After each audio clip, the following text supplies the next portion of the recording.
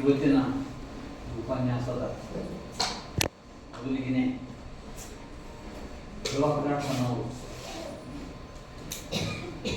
ಒಂದು ಕೆಲವು ಮಾತುಗಳು ಈಗಾಗಲೇ ಆಗಿದ್ದಾರೆ. ಇವತ್ತಿನ ವಿಷಯ ಆಧುನಿಕತೆ ಶಿಕ್ಷಣಾಂಶ. ವಾಸ್ತವಿಕವಾಗಿ ಮಾತಾಡುವಾಗ ಇವೆಲ್ಲ ಒಂದು ಸೈನ್ಸ್ ಹೆಚ್ಚು, ಸೋಷಿಯಲ್ ಸೈನ್ಸ್ ಹೆಚ್ಚು, ಲಿಟ್ರೇಚರ್ ಹೆಚ್ಚು, ಇತ್ಯಾದಿ ಇತ್ಯಾದಿ ಎಲ್ಲ ಒಂದು ಓದು ಮಾತುಗಳು. ಅವು ಮೇಲಿನ ಮಾತುಗಳು ಅಂತ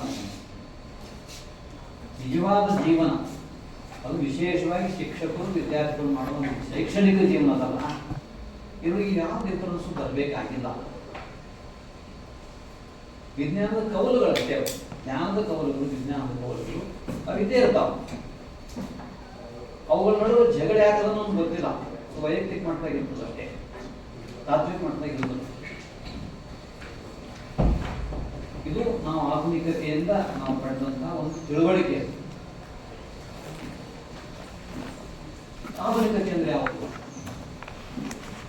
ಸಾಮಾನ್ಯವಾಗಿ ವಿಜ್ಞಾನ, ತಂತ್ರಜ್ಞಾನ, ಕೈಗಾರಿಕೋದ್ಯಮ ಇವುಗಳು ಸುಲಭವಾಗಿ ಜಗತ್ತಿನ ದೇಶಗಳ ನಡುವ ಸಂಪರ್ಕ, ವ್ಯಾವಹಾರಿಕ ಸಂಪರ್ಕ ಅದು ಬಂದು ಅದರ ಜೊತೆಗೇನೆ ಸಾಹಿತ್ಯದ ಜ್ಞಾನ, ಮಾನವೀಯವಾಗಿರ್ತಕ್ಕಂಥ ವಿಷಯಗಳ ಜ್ಞಾನ, ಅವುಗಳ ತೊಡಕೊಳ್ಳುವಿಕೆ ಅದಲ್ಲ, ಅದರಿಂದ ಬಂದಂಥ ಒಂದು ಬದಲಾವಣೆ, ಮಾನವಿಕ ಬದಲಾವಣೆಗೆ ನಾವು ಸಾಮಾನ್ಯವಾಗಿ ಆಧುನಿಕತೆ ಅನ್ಬೋದು. ಮಾಡರ್ನಿಟಿ ಇದು ಕಾಲ ಗತಿಯಲ್ಲಿ ನಾಗರಿಕತೆಗಳು ಬೆಳ್ಕೊಂಡು ಬಂದಂಥ ಒಂದು ಸ್ಥಿತಿ. ಇದು ವಿಶೇಷವಾಗಿ ಇದು ಜ್ಞಾನದಿಂದನೇ ಎಲ್ಲ ಕಡೆಗೆ ಪ್ರಸಾರ ಆಗಿದ್ದುಂಟು.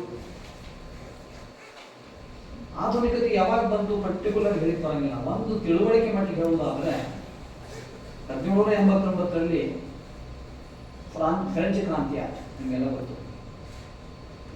ನೆಪೋಲಿಯನ್ ಬೋನಾಪಾರ್ಟ್ ಜೈಲು ಸೇರಬೇಕಾದ ಫ್ರಾನ್ಸ್ನಲ್ಲಿ ಚುನಾವಣೆ ನಡೆದು, ಚುನಾವಣೆಯೊಳಗೆ ಆರಿಸಿ ಬಂದಂಥ ಎರಡು ಪಕ್ಷಗಳು, ಒಂದು ಸಂಪ್ರದಾಯವಾದಿ ಪಕ್ಷ,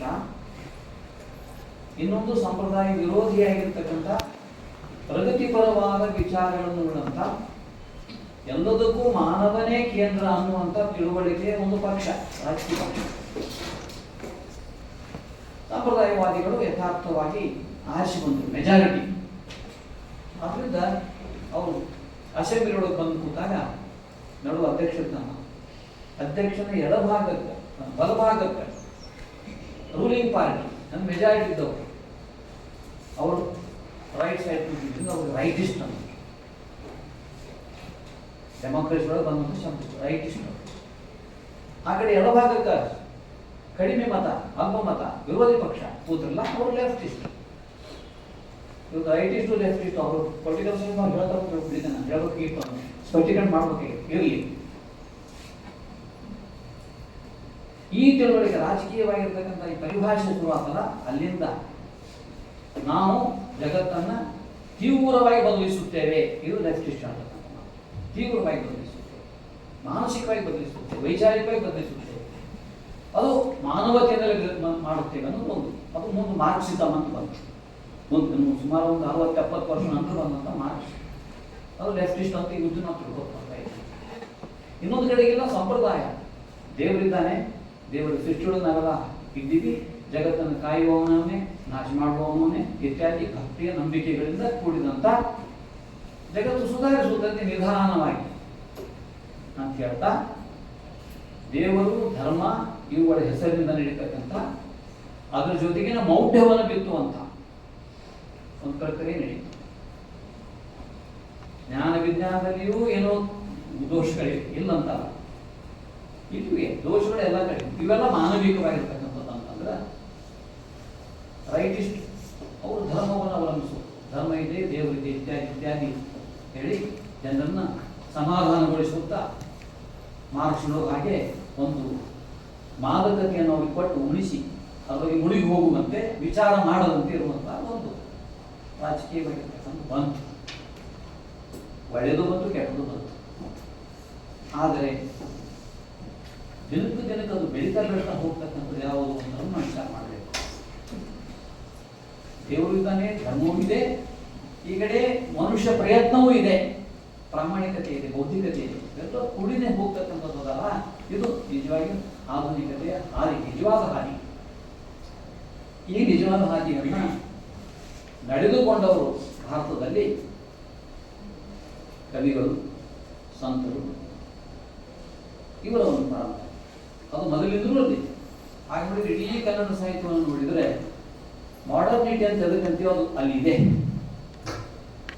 ಆದಿಕವಿ ಪಂಪನಿಂದ ಹಿಡ್ಕೊಂಡು, ಪಂಪನಂತೆ ಎಲ್ಲರೂ ಬರಲಿಲ್ಲ, ಅವನನ್ನು ಬಿಟ್ಟು ಬಸವೇಶ್ವರ ಅಂತ ಅಲ್ಲಮಪ್ರಭು ಅಂತ ಜನ ಬಂದ ವಚನಗಳನ್ನು ಬಂದ ಬದಲಾವಣೆ, ತೀವ್ರವಾದ ಬದಲಾವಣೆ, ಹೊಸ ಬದಲಾವಣೆ, ಹೊಸ ತಿಳುವಳಿಕೆ, ಹೊಸ ದೃಷ್ಟಿ, ಹೊಸ ನಡೆ ಎಲ್ಲ ಶುರುವಾಯಿತು.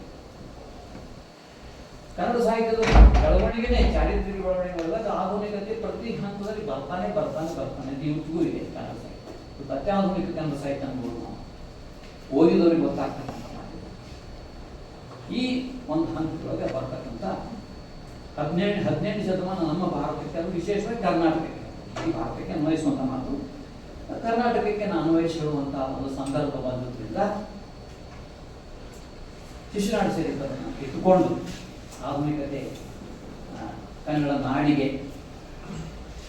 ಬರೀ ಭಾಷೆಗಲ್ಲ, ಕನ್ನಡ ನಾಡಿಗೆ, ಆದ್ರಿಂದ ಭಾಷೆಗೆ, ಆದ್ರಿಂದ ಕನ್ನಡ ಸಾಹಿತ್ಯಕ್ಕೆ ಆಧುನಿಕತೆ ಹೇಗೆ ಬಂತಂದನ್ನ ಶಿಶುನಾಳ ಸೇರಿಪರ ಉದಾಹರಣೆ ಮೂಲಕ ಒಂದು ಸಣ್ಣ ಪ್ರಯತ್ನವನ್ನು ನಾವು ಮಾಡ್ತಾ ಇದ್ದೀವಿ. 1818 ನೆನಪಿಡಬೇಕಾದ ಒಂದು ವಿಷಯ, ಕನ್ನಡ ಮಾತನಾಡುವ ಭಾಷೆ ಆ ಹೊತ್ತಿಗೆ ಅನೇಕ ಸಂಸ್ಥಾನಗಳಲ್ಲಿ ಹಂಚುಗೆ. ಬಹಳ ಪ್ರಮುಖವಾದ ಸಂಸ್ಥಾನ 3. ಒಂದು ಮುಂಬೈ ಕಡೆ ಅಥವಾ ಮಹಾರಾಷ್ಟ್ರಕ್ಕೆ ಒಲಿದಂಥ ಪೇಶ್ವೆ ಶಾಹಿಗಳಿಂದ ಕೂಡಿದಂಥ ಒಂದು ಭಾಗ, ಅದು ನಮ್ಮ ಧಾರವಾಡ ಜಿಲ್ಲೆಯ ಧಾರವಾಡ, ಬೆಳಗಾವಿ, ಬಿಜಾಪುರ ಇದ್ದಾರೆ.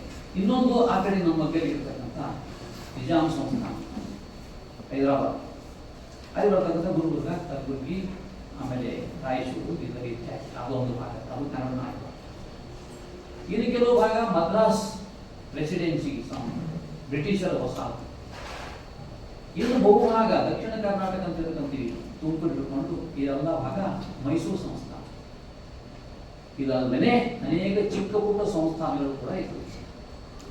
ಇವೆಲ್ಲ ಸಂಸ್ಥಾನಗಳು ಸುಮಾರು 20 ಸಂಸ್ಥಾನಗಳು, ಅದರೆಲ್ಲ ಬಳಿತು ಆಡಳಿತ ದೃಷ್ಟಿಯಿಂದ ಕರ್ನಾಟಕ ಒಂದಾಗಿರಲಿಲ್ಲ ಅನ್ನೋದೊಂದು. ಇಂತಹ ಸ್ಥಿತಿಯಲ್ಲಿ ಕನ್ನಡ ಭಾಷೆ ಸತ್ತಿರಲಿಲ್ಲ ಅನ್ನೋದು ಬಹಳ ಮಹತ್ವದ್ದು. ರಾಜಕೀಯವಾಗಿ ಬದಲಾವಣೆ ಹೇಗೆ ಆಗ್ತಾವ, ಇವತ್ತೊಂದು ಕರ್ನಾಟಕ, ಇವತ್ತೊಂದು ಸರ್ಕಾರ ಇದೆ, ನಾಳೆ ಮತ್ತೊಂದು ಬರ್ಬೋದು, ಮನೆ ಮತ್ತೊಂದು ಇತ್ತು. ಒಂದೇ ಕಾಲದಲ್ಲಿ ನಾವು 3 ಸರ್ಕಾರ ನೋಡುವಂಥ ಸ್ಥಿತಿ.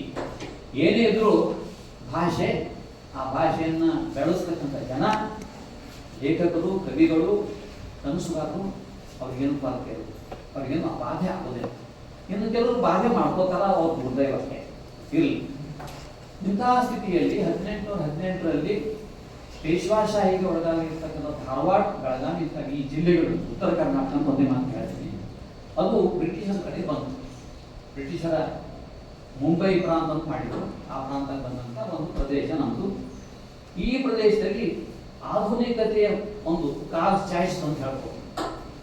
ಆಧುನಿಕತೆ ಹ್ಯಾಕೆ ಕಾಲ್ಸ್ತಾಯಿತ್ತು ಅಂದ್ರೆ ಆಡಳಿತ ದೃಷ್ಟಿಯಿಂದ ಸರ್ಕಾರ, ರಾಜಕೀಯ ಆಡಳಿತ ಅಧಿಕಾರಿಗಳು ಅವರು ಬ್ರಿಟಿಷರ ವಸಾಹತುಶಾಹಿಯನ್ನು ನಮ್ಮಲ್ಲಿ ತಂದರು.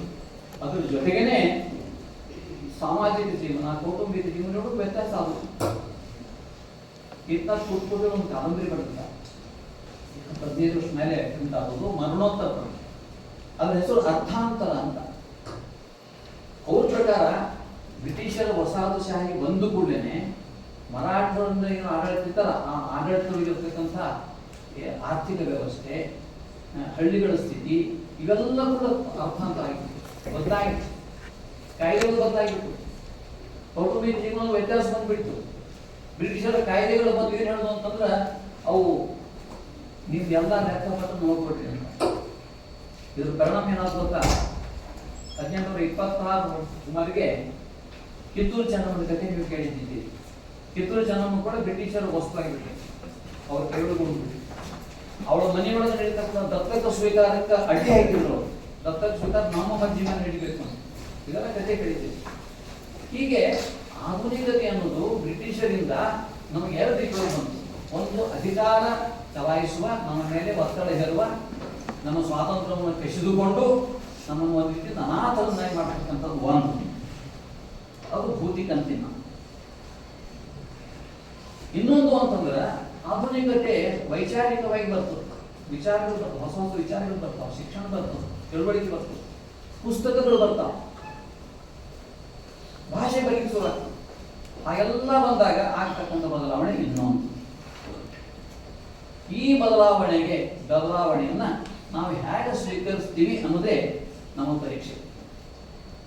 ಈ ಬದಲಾವಣೆಯನ್ನ ನಮ್ಮ ಸಾಧು ಸಂತರು, ಅವಧೂತರು, ಕವಿಗಳು, ಜ್ಞಾನಿಗಳು ಮತ್ತು ಮನುಷ್ಯತ್ವದ ಬಗ್ಗೆ ಬಹಳಷ್ಟು ಕಾಳಜಿ ಇರ್ತಕ್ಕಂಥ ಹಿರಿಯರು, ಇವರೆಲ್ಲರೂ ಅದನ್ನು ಹೇಗೆ ಎದುರಿಸುವುದು ಅಂತ ಬಹಳ ಇವತ್ತು ಕೂಡ ಆಧುನಿಕ ಸಿಕ್ಕಾಪಟ್ಟೆ ಬರ್ತಾ ಇದೆ. ಅತ್ಯಾಧುನಿಕತೆಯರು, ಈ ಅತ್ಯಾಧುನಿಕತೆ ನಮ್ಮನ್ನ ಆಂತರಿಕವಾಗಿ ಬೆಳೆಸುತ್ತಿದೆ ಅನ್ನೋದು ಒಂದು ಪ್ರಶ್ನೆ ನಾವು ಹಾಕೋಬೇಕಾಗ್ತದೆ. ಅಷ್ಟೇ ಅಲ್ಲ, ವ್ಯಾವಹಾರಿಕವಾಗಿ ನಮ್ಮ ಎಷ್ಟೋ ಸಂಬಂಧಗಳನ್ನು ಕೂಡ ಕೆಲಸ್ತಾ ಇದೆ. ಮೊಬೈಲ್ ನೋಡ್ತೀವಿ, ಪ್ರತಿ ಗಳಿಗೆಯೊಳಗೆ ಮೊಬೈಲ್ ಮೇಲೆ ಮಾಡ್ತಕ್ಕಂಥ ಪರಿಣಾಮಗಳನ್ನು ನೋಡ್ತೀವಿ ನಾವು. ಆತ್ಮಹತ್ಯೆಗಳು ಹೆಚ್ಚಾಗ್ತಾ ಇದೆ. ಅಂದ್ರೆ ಆತ್ಮಹತ್ಯೆ ಮಾಡ್ಕೋದೆ ಅಂತ ಹೇಳುವಂತ ಒಂದು ಸ್ಥಿತಿ ಬಂದ್ಬಿಟ್ಟು ಮೊಬೈಲ್ ಹೇಳ್ತಾನೆ ಆತ್ಮಹತ್ಯೆ ಮಾಡ್ಕೋತಿದ್ದೀನಿ. ಇದು ಯಂತ್ರದಿಂದ ಬಂದಂತ, ವ್ಯವಹಾರದಿಂದ ಬಂದಂತ, ಭೌತಿಕವಾಗಿ ಬಂದಂತ ಸುಖ ಸೌಲಭ್ಯ ಸೌಕರ್ಯಗಳ ಮೂಲಕ ಬಂದಂತ ಒಂದು ಆಧುನಿಕತೆ. ಇದು ಎಷ್ಟರ ಮಟ್ಟಿಗೆ ಸರಿಯಾದದ್ದು ಅಥವಾ ಪೋಷಕವಾದದ್ದು, ಜೀವಪರವಾದದ್ದು ಅನ್ನೋ ಪ್ರಶ್ನೆ. ಈ ಪ್ರಶ್ನೆಯನ್ನು ಎದುರಿಸಿದವರು ಯಾರು ಅಂತಂದ್ರೆ, ಆಧುನಿಕತೆಗೆ ಬರುವುದು ನಮ್ಮ ಬುದ್ಧಿಮಟ್ಟದ ತಿಳುವಳಿಕೆ. ಯಾಕಂದ್ರೆ ಒಂದು ಹೇಳುವುದಾದ್ರೆ ಮನುಷ್ಯನ ಬುದ್ಧಿ ಅನ್ನೋದಲ್ಲ, ಅದು ಪ್ರತಿ ಕ್ಷಣಕ್ಕೂ ಬದಲಾಗ್ತಾ ಇದೆ, ಬೆಳೀತಾ ಇದೆ, ತಮ್ಮ ಪ್ರಜ್ಞೆಯನ್ನು ಬೆಳೆಸ್ತಾ ಇರ್ತದೆ. ಅದು ಒಳಗಿದ್ದಂತ ಅದೇ ಪ್ರಕಾರ ಮನುಷ್ಯನ ಹೃದಯ ಅಂತದೇ ಅಲ್ಲ, ಆ ಹೃದಯ ಕೂಡ ಬೆಳೀತಾ ಇರ್ತದೆ. ಹೃದಯದ ಭಾವನೆಗಳಿರ್ತಾವ, ಅವು ಕೂಡ ಬೆಳೀತಾನೆ ಇರ್ತಾವೆ, ಪರಸ್ಪರ ಬೆಳವಣಿಗೆ ಇರ್ತಾರೆ. ಈ ಪ್ರೊಸೆಸ್ ನಡೀತಿದ್ದಾಗ ಅದನ್ನ ಯಾವ ರೀತಿ ಸ್ವೀಕಾರ ಮಾಡ್ತೀವಿ ಅನ್ನೋದು ಭಾವನೆ. ಕವಿಗಳು, ಮುಖ್ಯವಾಗಿ ಕವಿಗಳು ಸಂವೇದನಾಶೀಲರು.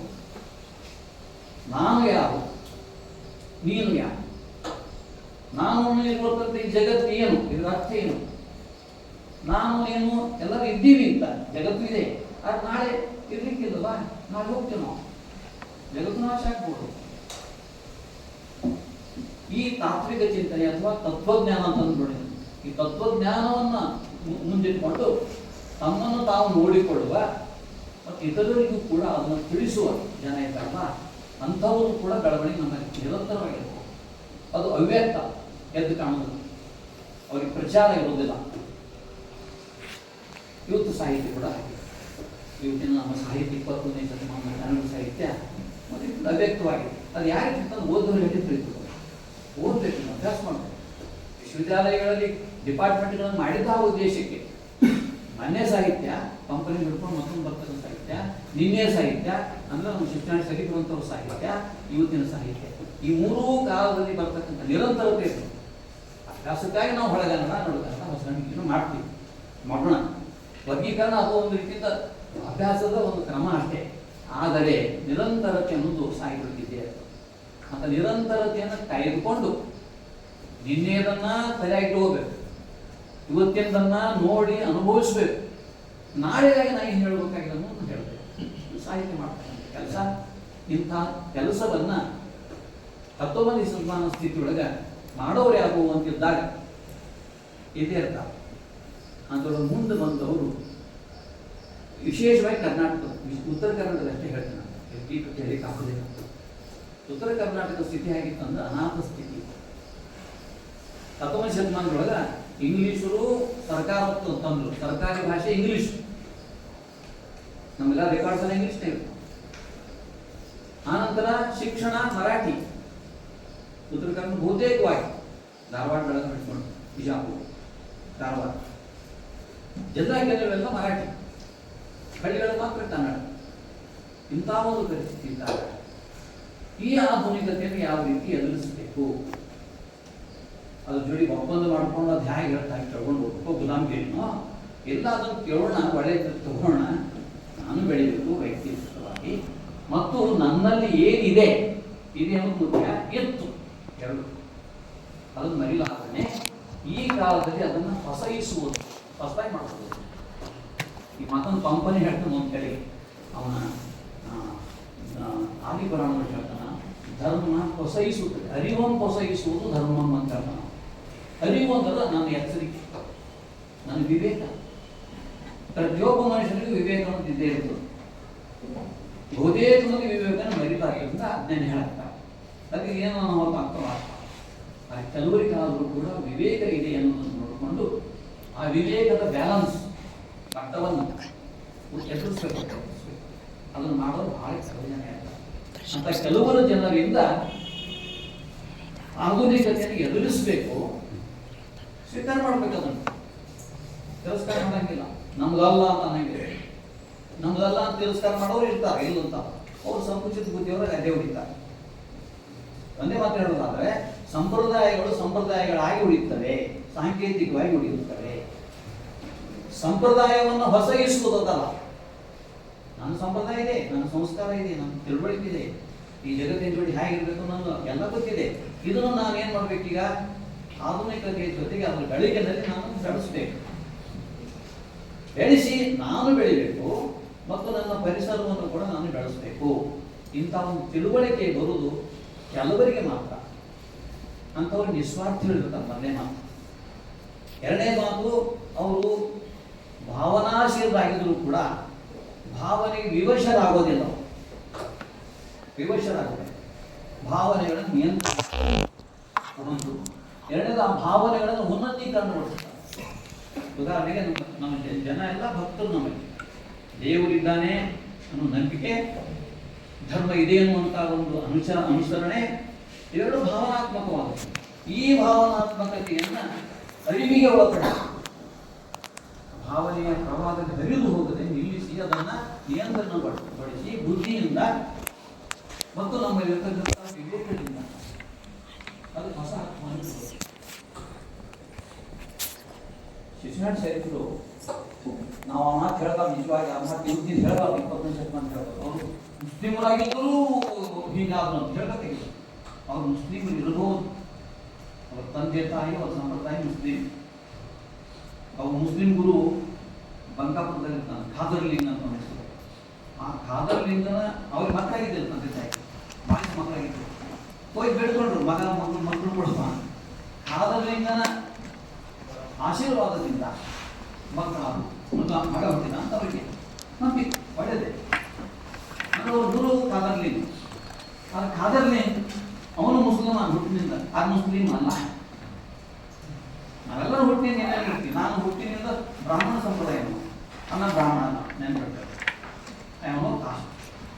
ಕಾಸ್ಟ್ ಅಂತ ನಾವು ಒಪ್ಪಿಕೊಂಡ್ರೆ ನಾನು ಸಂವಿಧಾನ ವಿರೋಧಿ ಆಗ್ತೀವಿ. ನಾವು ನೆನ್ಪಿಡ್ಬೇಕು. ಆದ್ರಿಂದ ನಾವು ಶರೀಫನ್ನು ಮುಸ್ಲಿಮ್ ಅನ್ಬೇಕಾಗಿಲ್ಲ. ಅಗತ್ಯವೇ ಸರ್ಟಿಫಿಕೇಟ್ ಕೊಡ್ಬೇಕಾಗಿಲ್ಲ ನಮಗೆ.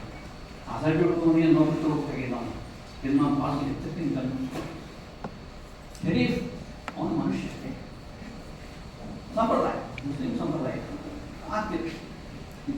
ಆದರೆ ಅವನು ಮನುಷ್ಯನಾಗಿದ್ದರಿಂದ, ತಿಳುವಳಿಕೆ ಇದ್ದಂಥ ಮನುಷ್ಯ ಬಾಲಕನಾಗಿದ್ದರಿಂದ ಶಾಲೆಗೆ ಹೋಗ್ತಾನೆ, ಬೆಳೀತಾನೆ, ಮುಲ್ಕಿ ಪರೀಕ್ಷೆ ಪಾಸ್ ಆಗ್ತಾನೆ.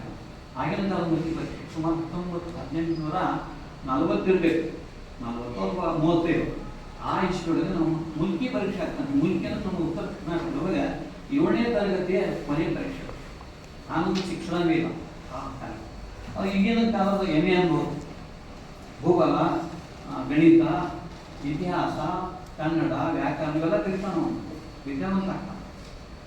ಈ ವಿದ್ಯಾವಂತನೇ ಮುಂದೆ ಒಬ್ಬ ಜ್ಞಾನಿಯ ಕಣ್ಣಿಗೆ ಬಿಡ್ತಾನೆ. ಅವನು ಯಾರು ಅಂತಂದ್ರೆ ಗೋವಿಂದ ಭಟ್ರು ಅಂತ, ಕಳಸದ ಗೋವಿಂದ ಭಟ್ರು. ಅವರು ಹುಟ್ಟಿದ್ದು ಬ್ರಾಹ್ಮಣರು, ಬ್ರಾಹ್ಮಣಗಿದ್ದೇ ಅವರಿಗಿದೆ, ಆದವರು ಬ್ರಾಹ್ಮಣ ತುಂಬೋದು. ಅವ್ರದ್ದು ನಡವಳಿಕೆ ಶಾಕ್ತ ಸಂಪ್ರದಾಯ. ನಮ್ಮಲ್ಲಿ ಅನೇಕ ಸಂಪ್ರದಾಯಗಳಿವೆ. ಆ ಶಾಕ್ತ ಸಂಪ್ರದಾಯಗಳು ಅವ್ರು ಬೆಳ್ಕೊಂಡು ಬಂದು ಜ್ಞಾನಿಗಳಾಗಿ ಒಂದು ದೇವರ ಗುಡಿಯ ಪೂಜಾರಿಯಾಗಿ ಕೆಲಸ ಮಾಡ್ತಾ ಅವ್ರು ಏನು ಮಾಡ್ತಿದ್ರು ಅಂದ್ರೆ, ನೀವು ನನ್ನ ಈ ಜ್ಞಾನವನ್ನು ಇನ್ನೊಬ್ಬರಿಗೆ ಕೊಡಬೇಕು, ನಾನಿರುವ ಈ ಸಮಾಜ ಅಜ್ಞಾನ ಇರಬಾರ್ದು, ಜ್ಞಾನ ಇರಬೇಕು, ಮನುಷ್ಯನ ತಿಳುವಳಿಕೆ ನಾವು ಈ ಜಗತ್ತಂದ್ರೆ ಏನು, ಹುಟ್ಟಿದ್ದು ಎದಕ್ಕೆ, ಸತ್ತ ಮೇಲೆ ಏನಾಗ್ತೀನಿ ಇತ್ಯಾದಿ ಫಿಲಾಸಫಿಕಲ್ ಇವು ಕಲ್ಪನೆಗಳಲ್ಲ, ಇವುಗಳನ್ನು ನಾವು ಜನರಿಗೆ ಬಿಟ್ಟಿದ್ದೇವೆ. ಮುಖ್ಯವಾಗಿ ಮನುಷ್ಯನ ಜ್ಞಾನ ಏನದಲ್ಲ ಅದೇ ಅವನನ್ನು ಮುಂದಕ್ಕೆ, ಜ್ಞಾನವೇ ಕೈವಲ್ಯಕ್ಕೆ ಕಾರಣ. ಮುಕ್ತಿ ಅಂತಂತ ಇಲ್ಲ, ಮುಕ್ತಿ ಅಂತಂದ್ರೆ ಮುಕ್ತಿ ಅನ್ನೋದು ಮತ್ತೊಂದು ಏನಂದ್ರೆ ಇನ್ನೊಂದು ಈ ಜನ್ಮ ಬರಬಾರದು ಅನ್ನೋ ತಿಳುವಳಿಕೆ. ಸತ್ತ ಮೇಲೆ ಸ್ವರ್ಗಕ್ಕೆ ಹೋಗ್ಬೇಕು, ವೈಕುಂಠಕ್ಕೆ ಹೋಗ್ಬೇಕು, ಕೈಲಾಸಕ್ಕೆ ಹೋಗ್ಬೇಕು ಇನ್ನೊಂದು ಸಾಮಾನ್ಯ ತಿಳುವಳಿಕೆ. ಅದೇನೇ ಇರಲಿ ಸತ್ತ ಮೇಲೆ ಅಂತೂ ನಾವಿಲ್ಲಿ ಇರೋದಿಲ್ಲ. ಇದ್ದಾಗ ಹೇಗಿರ್ಬೇಕು ಅನ್ನೋದಕ್ಕೆ ನಮ್ಮ ಗುರು ಗೋವಿಂದ ಭಟ್ರು ಮತ್ತು ಶಿಶುನಾಳ ಶರೀಫ ಶಿಷ್ಯ ಅವರಿಬ್ಬರ ಭಾವನೆಗಳು ಹೇಗೆ ಇನ್ನೊಂದು ಒಂದು ಸೂತ್ರದೊಳಗೆ ಬಂದ್ಬಿಟ್ರು. ಇಡೀ ಅವರ ಜೀವನದ ಸೂತ್ರ. ಅವ್ರು ಹೇಳ್ತಾರ, ಬೋಧ ಒಂದೇ, ಬ್ರಹ್ಮನಾದ ಒಂದೇ, ಸಾಧನ ಮಾಡುವ ಹಾದಿ ಒಂದೇ, ಆದಿಪದ ಒಂದೇ, ಬಿಂದು ಒಂದೇ, ನಿಜಾನಂದ ಒಂದೇ, ತಂದೆ ಸದ್ಗುರು ಗೋವಿಂದ ಒಂದೇ, ಇಂದಿಗೆ ಅಂತಿಗೆ ಒಂದೇ, ಇಂದಿಗೆ ಅಂತಿಗೆ ಒಂದೇ, ದೋಷ ಒಂದೇ, ನಿರ್ದೋಷ ಒಂದೇ, ಭವನಾಶ ಒಂದೇ, ಶಿಶುನಾಳಧೀಶನ ಭಾಷೆ ಒಂದೇ. 10 ಸಾಲಿನ ಒಂದು ತತ್ವ ಹಾಕ್ತಾರೆ. ಈ ಒಂದು ತತ್ವಪದೊಳಗನೆ ನಾನು ಯಾರು, ಶರೀಫ, ನನ್ನ ಗುರು ಗೋವಿಂದ ಭಟ್ರು, ಮಹಾಜ್ಞಾನಿಗಳು, ಅದಕ್ಕಿಂತ ಹಿರಿಯರು, ಅನುಭವಿಕರು. ತಮ್ಮ ಅನುಭವ, ಜ್ಞಾನ, ತಿಳುವಳಿಕೆ ಇವನ್ನೆಲ್ಲ ಕೂಡಿಸಿ ನನಗೆ ಅವರು ಒಂದು ಕೊಟ್ಟಿದ್ದಾರೆ, ತಿಳುವಳಿಕೆ ಕೊಟ್ಟಿದ್ದಾರೆ. ಅದು ಸಾಂಕೇತಿಕವಾಗಿರ್ತದೆ. ಶರೀಫನನ್ನು ಒಂದು ದಿವಸ ಅವ್ರು ನೋಡ್ತಾ ಭೇಟಿ ಆಗ್ತಾರೆ. ಅವರು ಕಳಿಸಿದವರು ಗೋವಿಂದ ಭಟ್ರು ಎಲ್ಲ ಕಡೆ ಹೇಳ್ತಿದ್ರು. ಇಡೀ ಇವತ್ತಿನ ಶಿಗ್ಗಾಮಿ, ಚೆರಹಟ್ಟಿ, ಸವಣೂರು, ಕುಂದಗೋಳ 4 ತಾಲೂಕು, ಇನ್ನು ಈ 4 ತಾಲೂಕಿನ ಎಲ್ಲ ಹಳ್ಳಿಗಳಲ್ಲಿ ಓಡಾಡ್ತಿದ್ರು ಗೋವಿಂದ ಭಟ್ರು. ಅವರಿಗೆ ಅನೇಕ ಗೆಳೆಯರಿದ್ರು, ತತ್ವಾರ್ಥ ಚಿಂತನೆ ಮಾಡ್ತಿದ್ರು, ಮಾತಾಡ್ತಿದ್ರು. ಆದರೆ ಎಂದೂ ಕೂಡ ಸಾಂಪ್ರದಾಯಿಕವಾಗಿರ್ತಕ್ಕಂಥ ಜಡ ಸಂಪ್ರದಾಯ ಅಂತ ಎದಕ್ಕಂತೀವರು ಅಂತ ಯಾವುದೇ ಕೆಲಸವನ್ನು ಮಾಡ್ತಿರಲಿಲ್ಲ. ಅವರು ಪುರೋಹಿತರು ವೃತ್ತಿಯಿಂದ ಆ ಪೌರೋಹಿತ್ಯವನ್ನು ಮಾಡ್ತಿರಲಿಲ್ಲ. ಅವರು ಪೌರೋಹಿತ್ಯ ಏನಿದ್ರು ಕೂಡ ತಿಳುವಳಿಕೆ, ಅಂಡರ್ಸ್ಟ್ಯಾಂಡಿಂಗ್, ನಾಲೆಜ್ ಅದನ್ನು ನಡೆಸೋದು, ಅದನ್ನು ಚರ್ಚೆ ಮಾಡೋದು. ಹೀಗೆ ಮಾಡ್ತಾ ಮಾಡ್ತಾ ಹೋದಾಗ ಅವ್ರಿಗೆ ಏನಿಸ್ತು, ನನ್ನ ವಯಸ್ಸಾಗ್ತಾ ಬಂತು, ನನ್ನ ಈ ತಿಳುವಳಿಕೆಯನ್ನು ತಾನು ತಿಳ್ಕೊಂಡು ನನ್ನ ರೀತಿಯೊಳಗೆ ಮುಂದೆ ಹೋಗ್ತಕ್ಕಂಥ ಬೇಗ ಪ್ರತಿಯೊಬ್ಬ ಗುರುವು ಆಗಿರ್ತಾನೆ. ಗುರು ಯಾವತ್ತೂ ಶಿಷ್ಯನ ಹುಡುಕಾಡ್ತಾಗಿರ್ತಾನೆ, ಸಿಗಬೇಕು. ಇದು ವಿಶೇಷವಾಗಿ ಸಂಗೀತ ವಿದ್ಯೆಯೊಳಗೆ ನಾವು ಕಾಣ್ತೀವಿ. ಅವನಿಗೆ ಅದು ಬೇಕಾಗಿತ್ತು. ಅವ್ರಿಗೆ ಆಕಸ್ಮಿಕವಾಗಿ ಹುಡುಗ ಕಂಡ. ಅವರು ಶಿಶುನಾಳಕ್ಕೆ ಬಂದಾಗ ಹುಡುಗ ಆಟ ಆಡ್ತಿದ್ದ. ನೋಡಿದ್ರು 10-16 ವರ್ಷ ಹುಡುಗ. ಅವನಲ್ಲಿ ಏನೋ ಒಂದು ವಿಶೇಷ ಕಳೆ ಕಾಣಿಸ್ತು ಅವನಿಗೆ. ಅವನು ಪ್ರಶ್ನೆ ಮಾಡ್ತಾರ ಅವರು.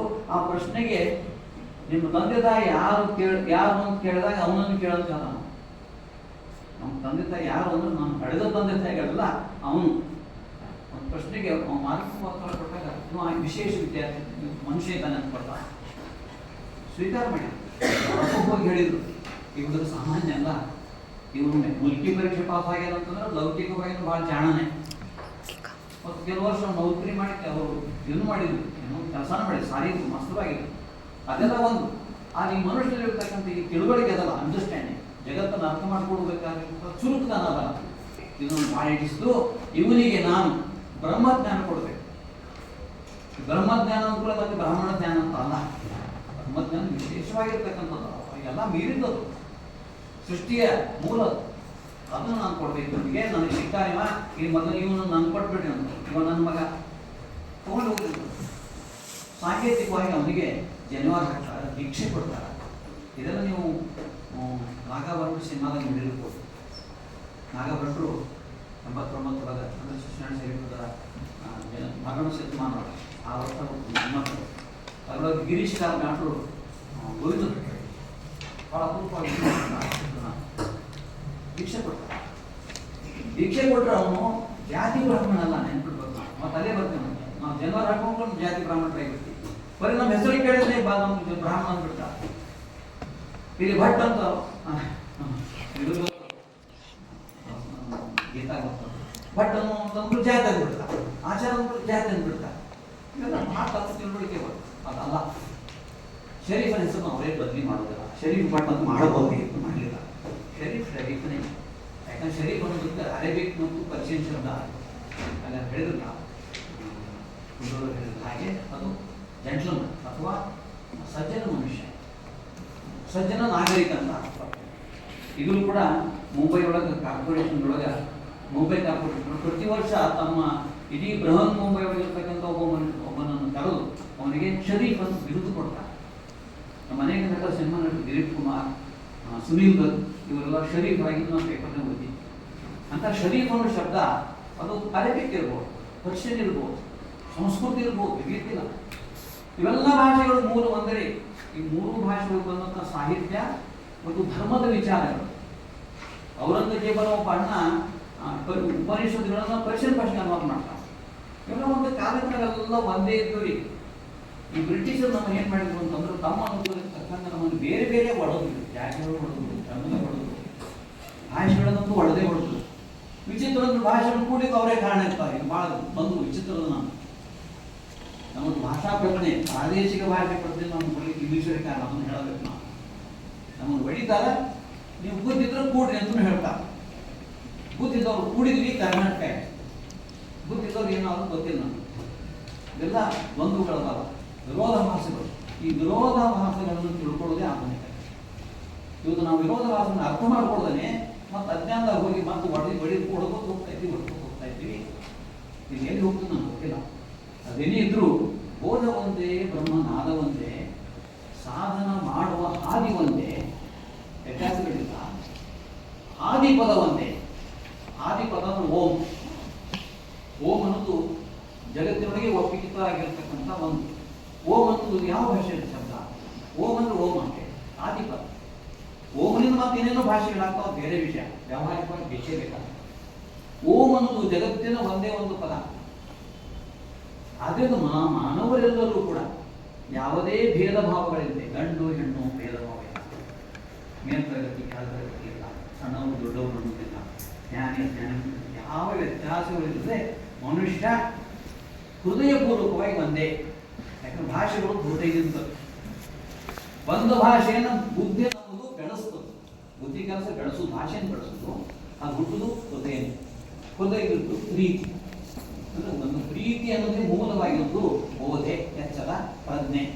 ಬೋಧ ಒಂದೇ ಅಂತಂದ್ರೆ ಪ್ರೀತಿ, ಅದೇ ಅಜ್ಞಾನ. ಯಾಕಂದ್ರೆ ನಾವು ಮನುಷ್ಯರಾಗಿ ಅಥವಾ ಎಲ್ಲ ಜೀವಗಳು ಹುಟ್ಟುದು ಒಂದು ಗಂಡು ಮತ್ತು ಹೆಣ್ಣಿನ ಪ್ರೀತಿಯ ಪ್ರೀತಿಯ ಒಂದು ಸಂದರ್ಭದಲ್ಲಿ ಹುಟ್ಟುತ್ತೇವೆ ನಾವು. ಪ್ರೀತಿ ಅದೇ ಹುಟ್ಟಿದ್ದೇ ಪ್ರೀತಿ. ಮುಂದೆ ಇದೇ ಪ್ರೀತಿ ನಮ್ಮ ಜಗತ್ತನ್ನು ನಮ್ಮನ್ನು ಬೆಳೆಸುತ್ತದೆ.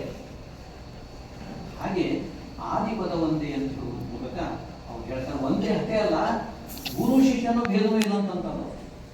ಕ್ರಮೇಣ ಏನಾಗ್ತಾನೆ, ಶಿಷ್ಯ ಗುರುವಾಗಿರ್ತಾನೆ, ಗುರು ಇವನೊಳಗೆ ಶಿಷ್ಯ ಆಗ್ತಾನೆ. ಇದು ಕೂಡುದಲ್ಲ, ಈ ಕೂಡುದೆಲ್ಲವೂ ಒಂದೇ. ಆದರೆ ನೋಡೋದಕ್ಕೆ ಮಾತ್ರ ಬೇರೆ ಬೇರೆ ರೂಪಗಳು, ಆಕಾರಗಳು, ವೇಷಗಳು, ಭಾಷೆಗಳು ಇವು ಬಂದಿರ್ತಾವೆ, ತಿಳ್ಕೊಳ್ಬೇಕು. ಆ ಮೂಲ ಒಂದೇ ಇರ್ತದೆ ಅನ್ನುವಂಥ ಒಂದು ತಿಳುವಳಿಕೆ ಪ್ರಕಾರ. ದೋಷ ಒಂದೇ, ನಿರ್ದೋಷ ಒಂದೇ.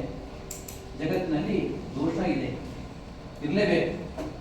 ನಾವು ಹುಟ್ಟಿದಾಗ ನಾವು ದೋಷದಿಂದ ಹುಟ್ಟಿದ್ರು ಅಂತ ತಿಳ್ಕೊರಿ. ನೀವು ನಮ್ಮ ಹುಟ್ಟಿದ್ರೆ ನಾವು ಸ್ನಾನ ಮಾಡಿಸ್ತಾರೆ, ನಾವು ದೋಷದಿಂದ ಹುಟ್ಟಿರ್ತೀವಿ. ಆದ್ರೆ ನಿರ್ದೋಷನೂ ಆಗ್ಬೇಕಲ್ಲ. ದೋಷದಿಂದ ಬಂದರೂ ನಿರ್ದೋಷ ಆಗ್ಬೇಕು. ಅದು ಕೆಟ್ಟದ್ದಲ್ಲ, ದೋಷ ಕೆಟ್ಟದ್ದಲ್ಲ, ದೋಷ ನಿರ್ದೋಷ ಆಗಬೇಕು. ಅದು ನಮ್ಮ ತಿಳುವಳಿಕೆ, ಅದೇ ನಮ್ಮ ಬೋಧೆ. ಭವನಾಶ ಒಂದೇ. ಈ ಪ್ರಪಂಚದಲ್ಲಿ ಮೋಹಗಳವಲ್ಲ, ಇವುಗಳನ್ನು ದಾಟಿ ನಾವು ಆಗ್ತೇವೆ. ಅದು ಕೂಡ ಒಂದೇ, ಅದಕ್ಕೂ ಸೂತ್ರ ಒಂದೇ. ಏನು ಹಾದಿ ಅಂದ್ರೂ ಒಂದೇ, ಅದು ಬೇರೆ ಬೇರೆ. ಕೊನೆಗೆ ಹೇಳ್ತಾರ, ಶಿಶುನಾಳ ದೇಶನ ಭಾಷೆ ಒಂದೇ. ಭಾಷೆ ಶಬ್ದಕ್ಕೆ ಲ್ಯಾಂಗ್ವೇಜ್ ಅಂತ ಒಂದು ಸಾಮಾನ್ಯ ಶಬ್ದ. ಭಾಷೆ ಅನ್ನೋದು ಆಣೆ ಅಂತ ಆಣೆ, ಭಾಷೆ ಕಲಿಸಿದ್ದೇನೆ, ಆಣೆ ಮಾಡಿದ್ದೇನೆ, ಶಪಥ ಮಾಡಿದ್ದೇನೆ ಇತ್ಯಾದಿ. ಭಾಷೆ ಅನ್ನೋದು ಇನ್ನೊಂದು ಕಮ್ಯುನಿಕೇಶನ್, ಅದು ಮೌನವಾಗಿ ಇರುತ್ತೆ. ಭಾಷೆ ಅಂತಂದ್ರೆ ಮಾತಾಡಬೇಕಂತಿಲ್ಲ, ಮೌನವಾಗಿ ಕೂಡ ನಾವು ಭಾಷೆ ಪ್ರಕಟಣೆ ಮಾಡ್ಬೋದು, ಇಷ್ಟು ಮಾಡ್ತೀವಿ ನಾವು.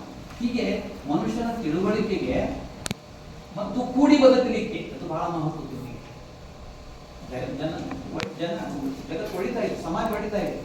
ನಾವು ಹುಟ್ಟಿದಂಥ ಪ್ರದೇಶದೊಳಗೆ ಅನೇಕ ಘಟನೆಗಳು ನಡೀತಾವೆ ನೋಡಿ. 19ನೇ ಶತಮಾನದ ಮಧ್ಯದೊಳಗೆ ಕಾಲ, ಪ್ಲೇಗು ಇಂಥ ರೋಗಗಳು ಬರ್ತಾವೆ, ಬರಗಾಲ, ಆಮೇಲೆ ಇವು ಬರ್ತಾವೆ, ಜಿಟ್ಟಿಗಳು ಬರ್ತಾವೆ. ಎಲ್ಲಿಂದ ಬರ್ತಾವೆ ಜಿಟ್ಟಿಗಳು? ಹ್ಯಾಂಗೆ ಮೊನ್ನೆ ನಮ್ಮ ಕೋವಿಡ್ ಬಂತಲ್ಲ, ಎಲ್ಲಿಂದ ಬಂತು, ಹೆಂಗೆ ಬಂತು, ಇಡೀ ವಿಶ್ವವ್ಯಾಪಿಯಾಗಿ ಮನುಷ್ಯರನ್ನ ಕಂಗೆಡಿಸ್ತಲ್ಲ. ಹಾಗೆ ಆಗಿನ ಕಾಲಕ್ಕೆ ಜಿಟ್ಟಿಗಳು ಬರ್ತಿದ್ವು ಆ ಕಡೆಯಿಂದ. ಆ ಜಿಟ್ಟಿಗಳು ಏನು ಗೊತ್ತಂದ್ರೆ, ಅವು ಬೆಳೆದ ಕಾಳು ಇರ್ತಾವಲ್ಲ, ಅದ್ರ ಮೇಲೆ ಕಾಳು, ತೆನೆ, ಆ ತೆನೆ ಮೇಲೆ ಕುತ್ಕೊಂಡ್ಬಿಡ್ತಿದ್ವು. ಒಂದು ತಾಸು ಅವ್ರು ಕುತ್ಕೊಂಡು ಮುಗಿತಲ್ಲ ಕಾಲ, ಇಡೀ ಬೆಳೆ ನಾಶ, ಬರಗಾಲ ಹಾಗೂ ಬರ್ತಿತ್ತು. ವಿಪರೀತ ಮಳೆಯಿಂದ ಬರ ಬರ್ತದ, ಮಳೆಯಿಂದನೂ ಬರ ಬರ್ತದ, ಇದು ಬರ. ಇಂಥ ಅನೇಕ ಪ್ರಾಕೃತಿಕವಾಗಿರ್ತಕ್ಕಂಥ ಕೆಟ್ಟ ಸಂಗತಿಗಳು ಮನುಷ್ಯರ ಕುಲವನ್ನೇ ನಾಶ ಮಾಡ್ತಾವೇನೋ ಅನ್ನುವಂಥದ್ದು ಒಂದು. ಎರಡನೇದು, ಈ ಕೆಡಕುಗಳು ಬಂದಾಗ ಮನುಷ್ಯರಲ್ಲಿ ಭೇದಗಳು ಹೆಚ್ಚಾಗ್ತಾವೆ. ಶ್ರೀಮಂತರು ಉಣ್ತಾರೆ, ಉಣ್ಕೋತ ಹೋಗ್ತಾರೆ, ಬಡವರು ಕೊಡೋದು, ಬಡವರು ಭಿಕ್ಷೆ ಬಿಡ್ತಾರೆ, ಕೊಡೋದು, ಆರೋಗ್ಯ ಕೆಲವರು ಕೊಡ್ತಾರೆ.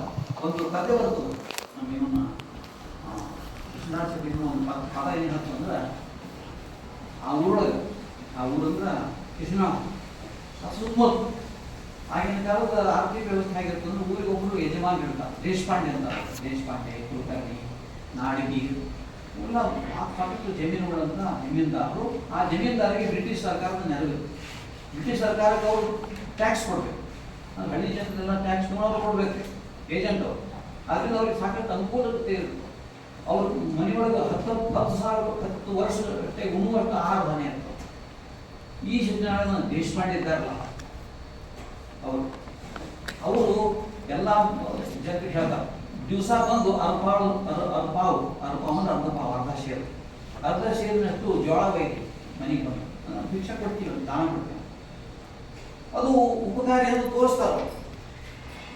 ಮತ್ತು ಇವರು ಹೋಗ್ತಾರೆ, ಶರೀಫರು ಹೋಗ್ತಾರೆ, ಹೋಗ್ಬೇಕಾಗ್ತದೆ, ತಗೋತಾರ. ಆದ್ರೆ ಉಳಿದವ್ರು ತಗೊಂಡು ಕೃತಜ್ಞತೆ ಹೇಳ್ತಾರೆ, ಆತ್ಮವನ್ನು ಹೊಟ್ಟಿಗೆ ಆಹಾರ ಕೊಟ್ಟು ಸಂತೋಷ, ನಿಮ್ಗೆ ಒಳ್ಳೇದಾಗಲಿ, ನಿಮ್ಗೆ ಶ್ರೀಮಂತಿ ಬೆಳ್ಕೊಂಡು ಹೋಗಿ ಅಂತ ಅವ್ರು ಅಂತಾರೆ.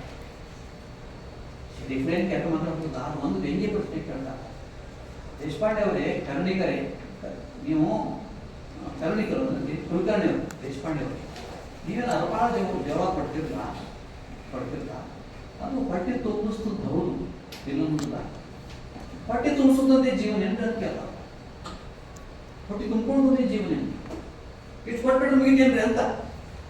ಏನು ಕೊಡ್ಬೇಕು ಅಂತಂದ್ರೆ ಮನುಷ್ಯರು ತಿಳುವಳಿಕೆ ಕೊಡ್ರಿ, ತಿಳುವಳಿಕೆ ಅಂತ ಸ್ವಾತಂತ್ರ್ಯ ಕೊಡ್ರಿ ಅವ್ರಿಗೆ. ಅವ್ರು ಸ್ವತಂತ್ರ ತಾವೇ ಬೆಳಿಗ್ಗೆ ಮುಂದೆ ಮಾಡ್ರಿ. ಅವ್ರಿಗೆ ಎಲ್ಲ ಬೆಳೆಯನ್ನು ನೀವು ಇಟ್ಕೊಂಡು ನೀವು ನಮಗೆ ದಾನ ಮಾಡಿ, ನಮ್ಮ ದಾನನೇ ಅದು, ನಮ್ದೇ ಕಾಳ ಅಂತ ಅಲ್ಪಾವು ಜೋಳ ಕೊಟ್ಟು ಕರುಣಿಗರೇ ಕರುಣಿಗಳು ಆಗ್ತೀರಿ ನೀವು ಅಂತ ಹೇಳಿದಾರ. ಕರುಣೆ ಕರುಣಿಗಳವ್ರು ನೀವು ಕುಲಕರ್ಣಿ ದೊಡ್ಡ ಮನುಷ್ಯ.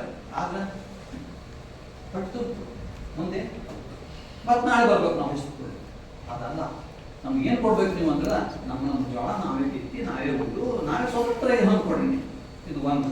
ಸ್ವಾತಂತ್ರ್ಯ ಸಿಕ್ಕಾಗ ಮನುಷ್ಯನಿಗೆ ತತ್ವಜ್ಞಾನ ಕೇಳಿ ಲಕ್ಷ್ಯ ಹೋಗ್ತದೆ, ನೆನ್ಪಿಡ್ಬೇಕು.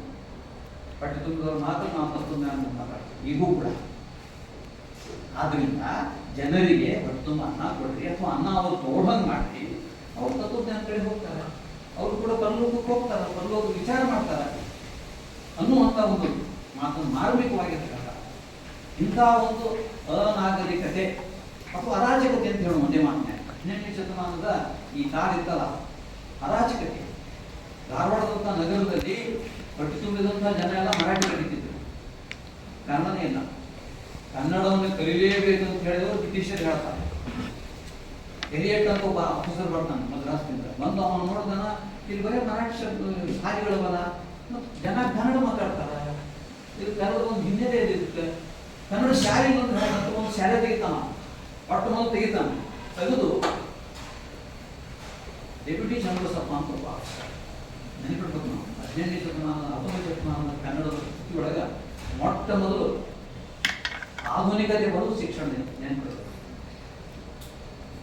ಅದಕ್ಕೆ ಅವರೇನು ಮಾಡಿದ್ರು, ಡೆಪ್ಯೂಟಿ ಚನ್ನಬಸಪ್ಪ ನೇಮಿಸಿ ನಿಮಗೆ ಸಂಪೂರ್ಣ ಅಧಿಕಾರ ಕೊಟ್ಟಿದ್ದೀನಿ, ಬೇಕಾದಷ್ಟು ಸಾಧ್ಯತೆಗೆ ಬೇಕಾದಷ್ಟು ಶಿಕ್ಷಕರ ನೇಮಕ ಮಾಡಿಕೊಟ್ಟು.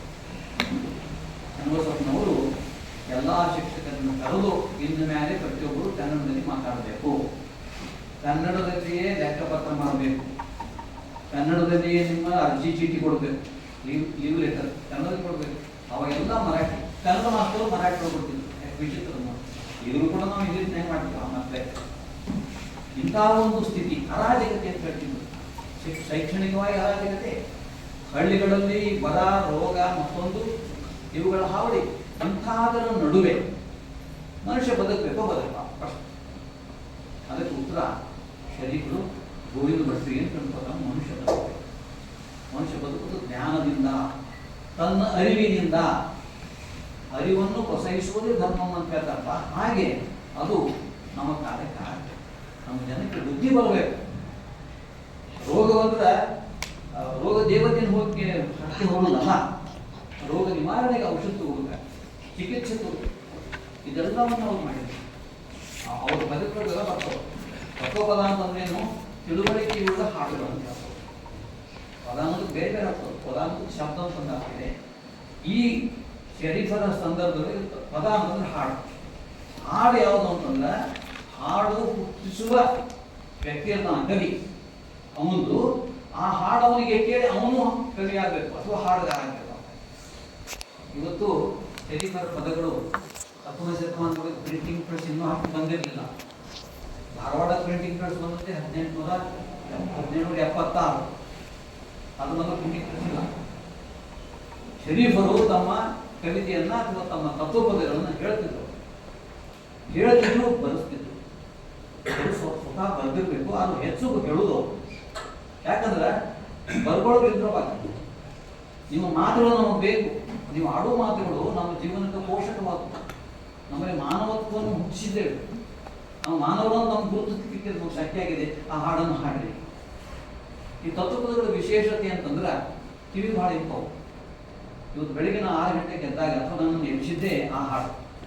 ಗುಡಿಯ ನೋಡಿರಣ್ಣ, ದೇಹದ ಗುಡಿಯ ನೋಡಿರಣ್ಣ ಅಂತ ಯಾವುದೋ ರೆಕಾರ್ಡ್ ಅದು ನನಗೆ ಕಿವಿಗೆ ಬಿತ್ತು. ಕಟೀರ ನಾ ಶರೀಫರ ಬಗ್ಗೆ ಬಂದೀನಿ, ಇದನ್ನ ಹಾಡು ನನಗೆ ಎಚ್ಚರಿಸ್ತು ಅಂತ ಅನಿಸ್ತು. ಆ ಗುಡಿಯ ನೋಡಿದ್ರಣ್ಣ ಹಾಡದಲ್ಲ, ಅದು ಒಂದು ರೂಪಕ.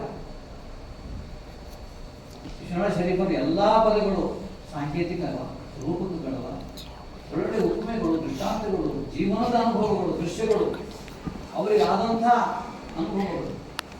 ಅವ್ರು ಹಸಿವಿರ್ಬೋದು, ಸಂತೋಷ ಇರ್ಬೋದು, ಮತ್ತೊಂದಿರ್ಬೋದು, ಎಲ್ಲವನ್ನೂ ಕೂಡ ಅವ್ರು ಇನ್ನೊಬ್ಬರಿಗೆ ಮಾತಾಡುವುದೇನದಲ್ಲ, ಅವ್ರ ಮಾತೇ ತಪ್ಪಬಾರ. ವ್ಯಾವಹಾರಿಕವಾಗಿ ಇತ್ತು ಮಾತು ಗೆದ್ರೇನು ಎಲ್ಲ ವ್ಯಾವಹಾರಿಕ.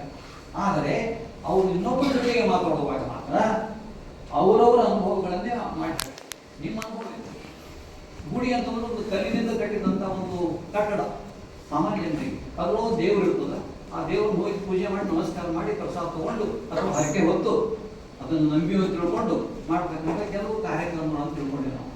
ಆ ಶಿಕ್ಷಣ ಶರೀಫರು ಅದನ್ನ ಗುಡಿಯ ನೋಡಿರಣ್ಣ ನಮ್ಗೆ ಎಚ್ಚರಿಕೆ ಕೊಡ್ತಾರೆ. ದೇಹದ ಗುಡಿಯ ನೋಡಿರೋಣ ಮುಂದಿನ ಬಂದ್ಬಿಡ್ತು. ಈ ದೇಹವೇ ಒಂದು ಗುಡಿ, ಕಲ್ಲಿನ ಗುಡಿಯಲ್ಲಿ ಇರ್ಬೋದು. 12ನೇ ಶತಮಾನದಾಗ ಸ್ಥಾವರ ಲಿಂಗಕ್ಕೆ ಏನು ಆಗ್ತಿಲ್ಲ ಅಂತ ಬಸವಣ್ಣ ಹೇಳಿದ್ದು ಬರ್ತಿದ್ವಿ ನಾವು. ಉತ್ತಮ ಶರೀಫರ ನೆನಪು. ಶರೀಫರು ಏನು ಬರೀತಾರಲ್ಲ ಅದು ಸ್ವತಃ ಅವರದೇ ಅಂತ ಹೇಳಿಕ್ಕಾಗೋದಿಲ್ಲ. ಪರಂಪರೆಗಳು ಬಂದವು, ತತ್ವಪದಗಳ ಪರಂಪರೆ ಏನದಲ್ಲ, ಅಲ್ಲೊಂದು ಒಬ್ಬರು ಹೇಳ್ಕೋತ ಬರ್ತಾರೆ. ಇವ್ರು ಕೇಳ್ಕೋತ ಬರ್ತಾರೆ. ಇವ್ರು ಹೇಳಿದ್ದು ಕೇಳಿದ್ದನ್ನು ಕೆಲವರು ಕೇಳಿ ಬರ್ಕೋತಾರ, ಇನ್ನು ಕೆಲವರು ಹಾಡ್ತಾರ. ವಿಶೇಷ ಅಂತಂದ್ರೆ ಶರೀಫರ ತತ್ವಪದಗಳು 1921ರವರೆಗೆ ಬಾಯೋಡಿದ್ರು. ಯಾರು ಬರ್ತಿಲ್ಲ, ಪ್ರಿಂಟ್ ಇಲ್ಲ. ಯಾರು ಶಿವನಾಗಪ್ಪ ಅನ್ನೋರು ಹುಬ್ಬಳ್ಳಿ ಪ್ರೆಸ್ ಮಾಡ್ತಾರೆ. ಆ ಪ್ರೆಸ್ನಾಗ ಮೊಟ್ಟ ಮೊದಲ ಸಲ ಪ್ರಿಂಟ್ ಆಗ್ತದೆ. ಪ್ರಿಂಟ್ ರೂಪದಾಗ ಬಂದು ಅವ್ರ ಸತ್ತು ಎಷ್ಟೋ 50 ವರ್ಷದ ಮ್ಯಾಲ ಇರಲಿ. ಆದ್ರೆ ಅವು ಆವರಿಗೆ ಅವರ ತತ್ವಪದಗಳು ಇದ್ದುವಲ್ಲ, ಅದೆಂಥ ಸಾಹಿತ್ಯ, ಜನಸಾಹಿತ್ಯ, ಜನರು ಬಾಯೋಡಿರುವಂಥ ಸಾಹಿತ್ಯ, ಜನಪದ ಅಂತ ಹೇಳ್ಬೋದು. ಆ ಜನಪದವನ್ನು ಅವರು ಹೇಗೆ ಇಟ್ಕೋಬೇಕು ಜನ? ಒಂದು ಕೆಲವರು ಏಕತಾರಿ ಮಾಡಿ ಅನುಕರಣೆ ಮಾಡಿ ಹಾಕ್ತೀವಿ ಸಂತೋಷದಿಂದ, ಕೆಲಸದಿಂದ ಇರ್ತಾರೆ. ಕೆಟ್ಟ ಚಟಗಳಿಗೆ ಬೀಳುವುದೇ ಒಳ್ಳೆ ಚಟ ಯಾವುದಂದ್ರೆ ಹಾಡೋದು, ಹಾಗೆ ಇಟ್ಕೋತೀವಿ. ಇನ್ನು ಕೆಲವರು ಏನು ಮಾಡ್ತಾರೆ ಅಂದ್ರೆ ಸಾಮೂಹಿಕವಾಗಿ ಒಂದು ಭಜನಾ ರೂಪದಾಗ ಆಡ್ತೀನಿ. ಇವತ್ತಿಗೂ ಕೂಡ ಉತ್ತರ ಕರ್ನಾಟಕದ ಅನೇಕ, ವಿಶೇಷವಾಗಿ ಧಾರವಾಡದಲ್ಲಿ ನಾವು ನೋಡಿದ್ದು, ಯಾರಾದರೂ ಸಂದ್ರ ಶೈವ ಸಂಪ್ರದಾಯಕ್ಕೆ ಬಂದವರು, ಶೈವ ಸಂಪ್ರದಾಯ ವೀರಶೈವರು ಹೋಗಿರ್ಲಿ, ಶೈವ ಸಂಪ್ರದಾಯಕ್ಕೆ ಬಂದವರು ಎಲ್ಲರೂ ಕೂಡ ಯಾರಾದರೂ ಹಿರಿಯರು ಸತ್ರ ಅವ್ರನ್ನ ಭಜನಾ ಮೇಳ ಅಂತ ಕರೆಸ್ತಾರೆ. ಆ ಭಜನಾ ಮೇಳದವರು ಒಂದು ಸಾಂತ್ವನ ಹೇಳ್ತಾರೆ ಆ ಮನೆಯವರಿಗೆ. ದುಃಖದ ಸಾಂತ್ವನ ಬೇಕಲ್ಲ, ಸಾವು ಅನಿವಾರ್ಯ, ಸಹಜ. ಸತ್ತವ್ರಿಗೆ ಸತ್ತಿಲ್ಲವರು ಅಲ್ಲಿ ದೇವದೂತರಿಲ್ಲ, ಸಂತೋಷದಿಂದ ಯಾಕೆ ಹೇಳ್ತೀನಿ ಅಂತ ಸಮಾಧಾನ ಮಾಡ್ಬೇಕಲ್ಲ. ಇಂಥ ಹಾಡುಗಳನ್ನು ಅವರ ನೀತಿನೂ ಇರ್ತದೆ. ನೀತಿ, ತತ್ವ ಮತ್ತು ಜೀವನದ ಮುಂದಿನ ಮಾರ್ಗ ಎಂದು ಸಾಹಿತ್ಯ. ಬಹುಶಃ ನನ್ನ ಮನಸ್ಸು ಮಟ್ಟಿಗೆ ಶರೀಫನ ಕಾಲಕ್ಕೆ, ಅವನು ಬದುಕಿದ ಕಾಲಕ್ಕೆ ಯಾವ ಆತ್ಮಹತ್ಯೆ ಮಾಡ್ಕೊಂಡಿದ್ದ. ನಾನು ಬೇಕಾದ ಕಲಿಕತ್ತಿದ್ದನ್ನ ಅಂತ ಜೀವನವನ್ನು ಮಾಡಿಸಿದ್ರು. ಸಾಯಿರಿ ಹೊರಟವ್ರನ್ನ ಸಮಾಧಾನ ಮಾಡ್ತಾರೆ. ಒಬ್ಬ ಹೆಣ್ಮಗಳಿಗೆ ಲಗ್ನ ಆಗುವುದಿಲ್ಲ, ಅವಿವಾಹಿತ ಆಗಿಬಿಟ್ಟ, 18-16 ವರ್ಷಕ್ಕೆ ಲಗ್ನ ಹೋಗ್ತಾವ, ಆಗುದಿಲ್ಲ. ಆಕೆ ಸಾಂತ್ವನ ಮಾಡ್ತಾರೆ, ನಿನ್ನ ಲಗ್ನ ಆಗ್ಲಿಕ್ಕಿಲ್ಲ, ಆದ್ರೂ ಒಳ್ಳೇದು, ಆಗಲಿ ಒಂದು ದುಃಖ ಪಡಬೇಡ. ಜೀವನ ಬರೀ ಲಗ್ನದಾಗಿಲ್ಲ. ಲಗ್ನ ಆದವ್ರಿಗೂ ಒಂದು ಬುದ್ಧಿ ಹೇಳ್ತಲ್ಲ, ಲಗ್ನ ಆತಂದು ಭಾಳ ಸುಖ ಪಡ್ಲಿಕ್ಕೆ ಹೋಗ್ಬೇಡಿ ನೀವು. ಭಾಳ ಕಷ್ಟ. ಲಗ್ನ ಸಮಸ್ಯೆಗಳ ಮತ್ತೊಂದು ರೂಪ ಅದು. ಯಾಕೆ ಲಗ್ನ ಸಂಭ್ರಮ ಪಡ್ತೀನಿ ಅಂತೂ ಹೇಳ್ತಾರ. ಅವ್ರು ಹೇಳೋದು ವಿಷಯಗಳಿಲ್ಲ. ಆ ಹೆಣ್ಮಗಳಿಗೆ ಏನು ಮಾಡ್ತಾರೆ ಅಂದ್ರೆ, ನೀನು ಚೆನ್ನಾಗಿ ಬರೀತಿದ್ದಿ, ನಾನು ಹಾಡು ಹೇಳ್ತೀನಿ, ಬರ್ಕೊಂಡು ಹೋಗೋಣ. ಬಹುಶಃ ಶಿಕ್ಷಣ ಶರೀಫರ ಬಾಯಿಂದ ಬಂದಂಥ ಹಾಡುಗಳು ಆಕೆ ಬರೆದದ್ದು ಇರಬೇಕು. ಹಾಡುಗಳು ಬರೆದಿಟ್ಕೊತಿದ್ದು ಒಂದೊಂದು ಪ್ರಸಾರ ಆಗ್ತಿದ್ದು. ಭಜನಾ ಮೇಳದ ಒಂದು ಹೆಚ್ಚು ಪ್ರಚಾರ ಮಾಡಿದ್ರು, ಪ್ರಸಾರ ಮಾಡಿದ್ರು. ಆ ಹಾಡುಗಳು ಹೇಗಿರ್ತಾವ, ಕಿವಿಗೆ ಭಾಳ ನಿಂತಿರ್ತಾವ. ಪದ್ಯದ ಗುಣ, ಹಾಡಿನ ಗುಣನೇ ಅಲ್ಲ, ಕೇಳ್ಬೇಕು ಅನಿಸ್ಬೇಕು. ನಾದು ಸುನಾದದಿ ಅಂತ ಒಂದು ಮಾತು ಮಾಡಿಸ್ತಾರ. ಒಳ್ಳೆ ನಾದ ಸುನಾದ ಎರಡೂ ಇರಬೇಕು. ಹೆಣ್ಣಿಯಾಗಿರೋ ಮನಸ್ಸಿಗೆ ಒಂದೊಂದು ಹಾಡಬಾರ. ಹಾಡು ಕೂಡ ಒಂದು ಕಲೆ, ಕಲೆ ಕೂಡ ಜೀವನನೇ. ಒಂದು ಹಾಡು ಕೇಳಿ ನಾವು ಬದಲಾಗಿ ನೋಡೋದು ತಮ್ಮ ಬಂದಿದ್ದ ಎಷ್ಟೋ ಒಳ್ಳೊಳ್ಳೆ ಆದರ್ಶ ಸಿನಿಮಾಗಳನ್ನು ನೋಡಿ ನಾವು. ಇಂದು ಪಂಡರಿಬಾಯಿ ಅಂತಿದ್ರು ನಟಿ.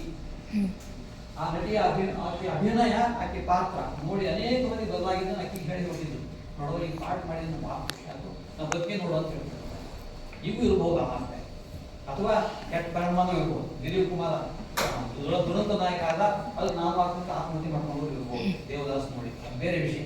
ಆದರೆ ಶಿಶುನಾಳ ಶರೀಫನಂತ ಹಾಡುಗಾರರು, ಹಾಡು ಮತ್ತು ಪ್ರತಿಭೆ, ಹಾಡು, ಆ ಹಾಡಿನಿರ್ತಕ್ಕಂಥ ಕವಿ, ಅವೆಲ್ಲ ಪದ್ಯಗಳು ಕೂಡ ಸಾಂಕೇತಿಕವಾಗಿರ್ತಾವೆ.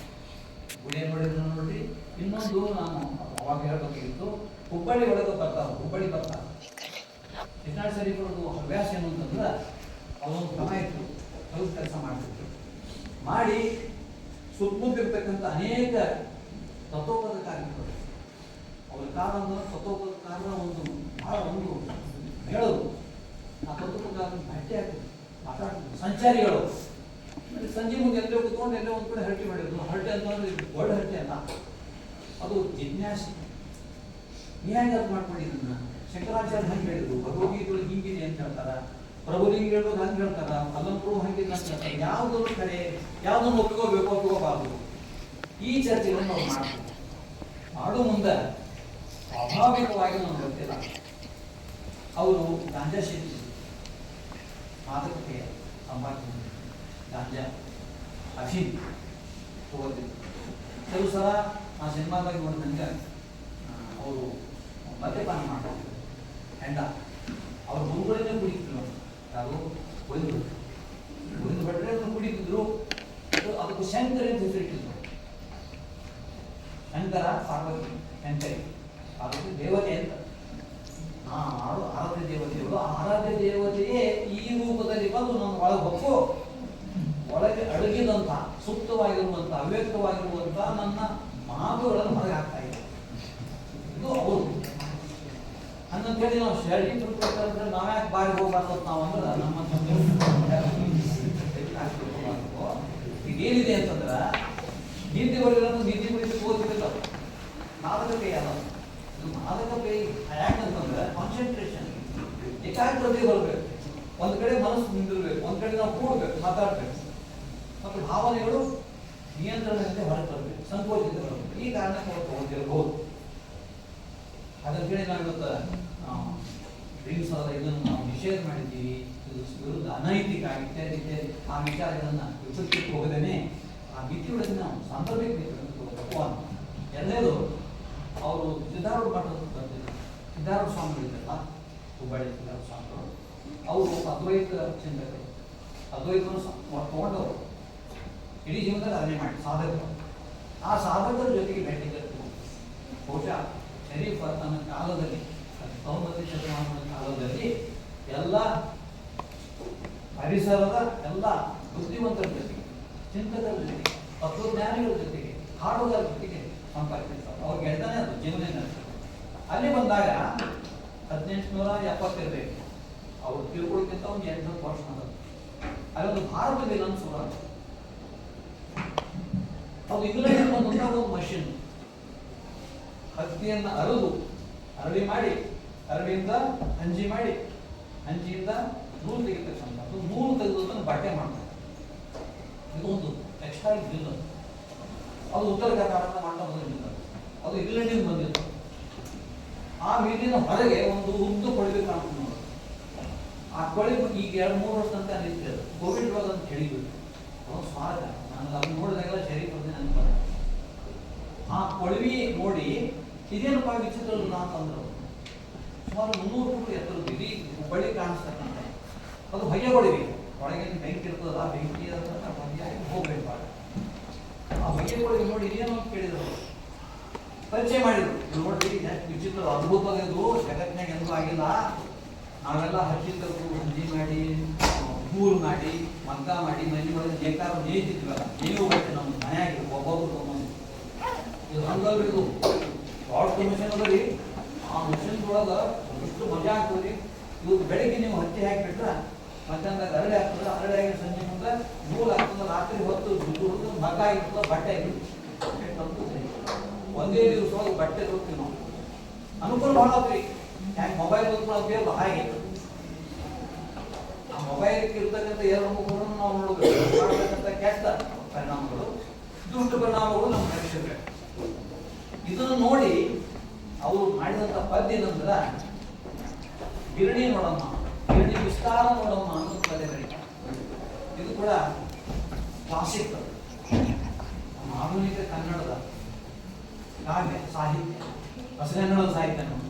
ಅದು ಹೇಗಿತ್ತು, ಅದರದ್ದು ಉಲ್ಲೇಖಗಳೇನು ಅನ್ನೋದಲ್ಲ. ಒಂದು ಮಾತಾಡಬೇಕು. ಹೊಸಗನ್ನಡದ ವೈಶಿಷ್ಟ್ಯ ಅಂತಂದ್ರೆ ಸಮಕಾಲೀನತೆಯನ್ನ ಕಾವ್ಯದಲ್ಲಿ, ಗದ್ಯದಲ್ಲಿ ಹೇಳಿದ್ರು. ಇದು ಹೊಸಗನ್ನಡದ ಆರಂಭದ ಮಾತು ನಮ್ಮದಾಗಿದೆ, ಮತ್ತು ಹಾಡು ನಮ್ಮದಾಗಿದೆ. ಹಾಡಿನ ಧಾಟಿ, ಅದರ ಛಂದಸ್ಸು ಅದು ನಮ್ಮದಾಗಿದೆ.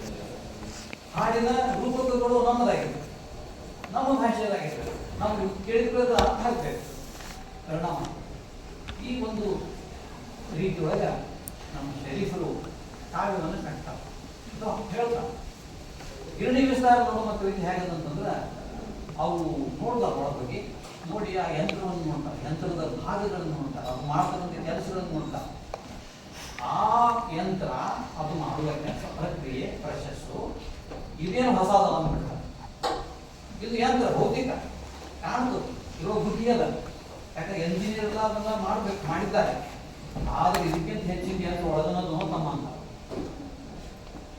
ಗಿರಣಿ ವಿಸ್ತಾರ ನೋಡಮ್ಮ ಅಂತೇಳಿ ಅಮ್ಮ, ಅವ್ವ, ತಂಗಿ ಈ 3 ಶಕ್ತಿ ಮೇಲೆ ಬರ್ತಾವ. ಅಜ್ಞಾನಿಗಳಾದ ತಂಗಿ, ಅಜ್ಞಾನಿಯಾದ ತಂಗಿ, ಅಜ್ಞಾನಿಯಾದ ಅಣ್ಣ, ತಮ್ಮ. ನೋಡ್ರಪ್ಪ ಏನದ ಅಂತಂದ್ರೆ, ಈ ಏನು ಎಂತದಲ್ಲ ನೋಡಿ ಬಂದಿರೋದು ಹೋಗಿ ಒಳಗೆ ಹಾಕಿದಾಗ ಅದನ್ನ ನೋಡಿದಾಗ ಇದೇನು ಹೊಸದ ಅನ್ಸುತ್ತೆ. ಇದು ಯಾವತ್ತೂ ಅದರಲ್ಲಿ ನಮ್ಮ ಒಳಗೆ ಈ ದೇಹದಲ್ಲ, ದೇಹದ ಯಂತ್ರದ ಎಲ್ಲ ಈ ನಾಡಿ ನರ ಏನವಲ್ಲ ಅವು ಮಾಡೋ ಕೆಲಸ ಚಕ್ರಗಳು ಒಳಗೆ ಅವುಗಳನ್ನು ಜಾಗೃತಗೊಳಿಸಿದಾಗ ಹೇಗೆ ನಮ್ಮ ಒಳಗಿನ ಶಕ್ತಿ ಏನದಲ್ಲ ಅದು ಹೇಗೆ ಹೊರಗೆ ಬಂದು ಯೋಗ ವಿದ್ಯೆಯಿಂದ ನಮಗೊಂದು ಹೊಸ ಜ್ಞಾನ ಬರ್ತದ. ಆ ಜ್ಞಾನ ಬರುವಂತ ದೇಹದಿಂದ ಬರ್ತಕ್ಕಂಥ ಆ ಪ್ರಕ್ರಿಯೆಗೂ ಇದಕ್ಕೂ ವ್ಯತ್ಯಾಸ. ಎರಡೂ ಕೂಡ ಬಟ್ಟೆಯನ್ನು ಮಾಡ್ತಾವ. ಕನ್ನಡದೊಳಗೆ ಬಟ್ಟೆ ಶಬ್ದಕ್ಕೆ ಹೇಳಲ್ಲ. ಒಂದು ಭೌತಿಕ ಬಟ್ಟೆ ಅಂದ್ರೆ ಅಲ್ಲಿ ಕಾಟನ್, ಇದು ಇನ್ನೊಂದು ಬಟ್ಟೆ ಅಂದ್ರೆ ಹಾದಿ. ಈ ಒಳಗಿನ ಮಷಿನ್ನು ನಮ್ಮ ಜೀವನದ ಹಾದಿತ್ತು, ಯೋಗದ ಹಾದಿ ತೋರಿಸ್ತಲ್ಲ. ಈ ಮಷಿನ್ದಾಗ ಬರ್ತಕ್ಕಂಥ ಬಟ್ಟೆ ಅದಲ್ಲ, ಇದು ಜೀವನದ ಹಾದಿ ತೋರಿಸ್ತದೆ.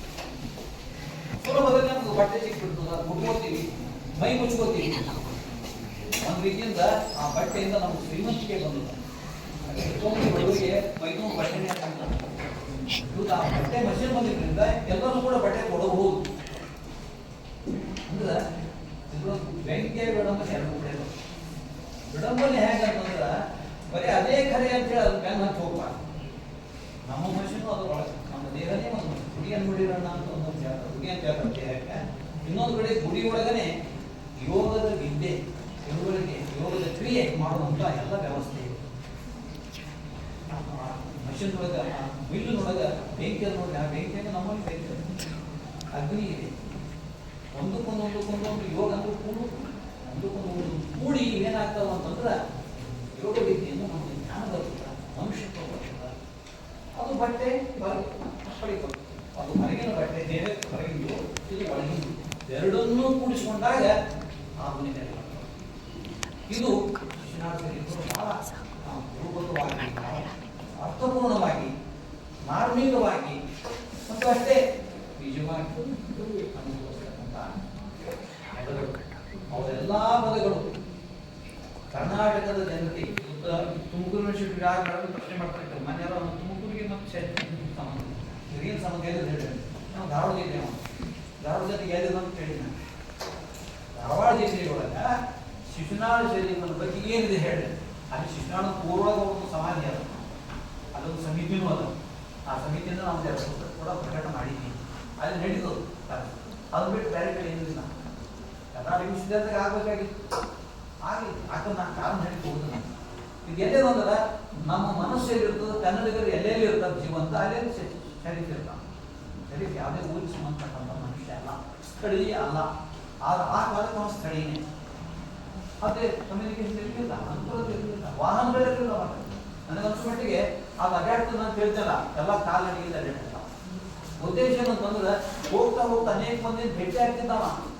ಅವ್ನು ಮನುಷ್ಯರು ಬೇಕು ರೀ, ಮನುಷ್ಯರ ಕ್ಷೇಮ ಸಮಾಚಾರ ಕೇಳವ. ಮುಂದೆ ತಿಂದ್ಯಾ ಏನು ಇಲ್ಲಿ ಮನೆಯಾಗ ಸ್ವಲ್ಪ ಕಷ್ಟ ಆಗೈತಿ, ಸ್ವಲ್ಪ ಏನಾದ್ರು ಬಂದು ನೀವು ಸಹಾಯ ಮಾಡ್ಬೋದು. ಹೋಗ್ತಿದ್ದ ನನಗೇನಾಗ್ತಾ ಸಹಾಯ ಮಾಡಿ. ಒಂದು ಒಳ್ಳೆ ಮಾತಾಡಿದ್ರೆ ಎಷ್ಟೋ ಮಂದಿ ರೋಗಿ ಸಿಗೋದು ಅಂತ ಸರಿ ಬಂದಿಲ್ಲ, ನನಗೆ ಆರಾಮ ನೋಡುವಂತ ಈಗ ತನ್ನ ಕವಿತೆಗಳ ಮೂಲಕ, ಮಾತಿನ ಮೂಲಕ ಕನ್ನಡ ಕಾವ್ಯದ, ಹೊಸಗನ್ನಡದ ಆರಂಭ ಕವಿಯನ್ನು ಹೆಂಗ ಆದಿಕವಿ ನಾವು ಬಂದೀವಿ ಹಂಗೆ ಆಧುನಿಕ ಕನ್ನಡದ ಆದಿಕವಿ ಯಾರು ಅಂತ ಹೇಳ್ಬೇಕಂತ ನನಗೆ ತಿಳಿದ ಮಟ್ಟಿಗೆ ಎಲ್ಲ ಅರ್ಥದಲ್ಲಿ ಆದಿಕವಿ ಸರಿ.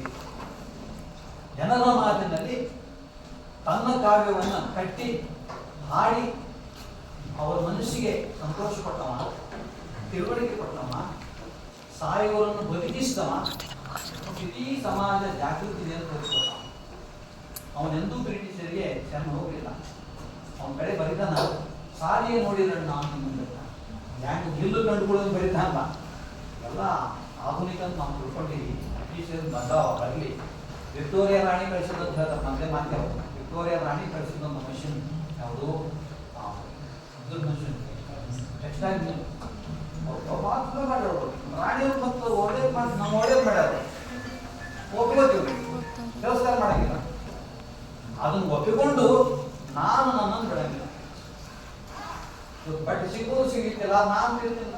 ನನ್ನ ಬಟ್ಟೆ ಅದ ನನ್ನ ಜೀವನ ಸಾಯ್ಬೇಕು. ಯಾಕೆ ನಾನು ಬಡವ್ರು ಯಾಕಂದ್ರೆ ನಾವು ಶ್ರೀಮಂತ, ಒಳಗೆಲ್ಲ ಶ್ರೀಮಂತ ಇದ್ದು ನಾವು ತಯಾರಿ ಅದರಿ ಅದನ್ನು ತಿಳ್ಕೊಂಡು ಮಾಡ್ಬೇಕಂತೆ, ಆಪರೇಷನ್ ಮಾಡ್ಬೇಕಂತೆ. ಹಿಂಗೆ ಹೇಳಿದಂಥ ಆತ ಆಧುನಿಕ ವಾತಾವರಣ ಬರುವಂಥ ಸಂದರ್ಭದಲ್ಲಿ ಶಿಕ್ಷಣ ಅದೇ ಕುಸ್ತಾ ಇತ್ತು, ಕಂಡುಬಿಡ್ತಾ ಇತ್ತು. ಕವಿತೆ ಆ ಕವಿತೆ ಮುಟ್ಟಿದ್ದು ಕೆಲವರಿಗೆ ಮಾತ್ರ, ಏನು ಹೇಳೋದು ಅವರಿಗೆ ಮುಟ್ಟು ಅವನನ್ನು ನಂಬುವವರಿಗೆ ಅಥವಾ ಅವನು ಪ್ರೀತಿ ಮಾಡುವವರಿಗೆ ಆ ಮಾತು ಕಿವಿಗೆ ಇಷ್ಟ ಆಗ್ತಿತ್ತು ಅಷ್ಟೇ. ಆದರೆ ನನ್ನ ಪ್ರಕಾರ ಅವನು ಒಬ್ಬ ಸಮಾಜ ಶಿಕ್ಷಕ, ಸೋಷಿಯಲ್ ಮಾಸ್ಟರ್, ಟೀಚರ್ ಆಗಿ ಏನು ಮಾಡ್ಬೇಕಂತ ಮಾಡಿ ಮತ್ತು ಅವನಿಂದ ಪ್ರೇರಣೆ ಪಡೆದ್ರು. ಅವ್ರು ಗೊತ್ತಿಲ್ಲ. 19ನೇ ಶತಮಾನದ ಕೊನೆಗೆ ಗದ್ಯ ಸಾಹಿತ್ಯ ಬಂತು.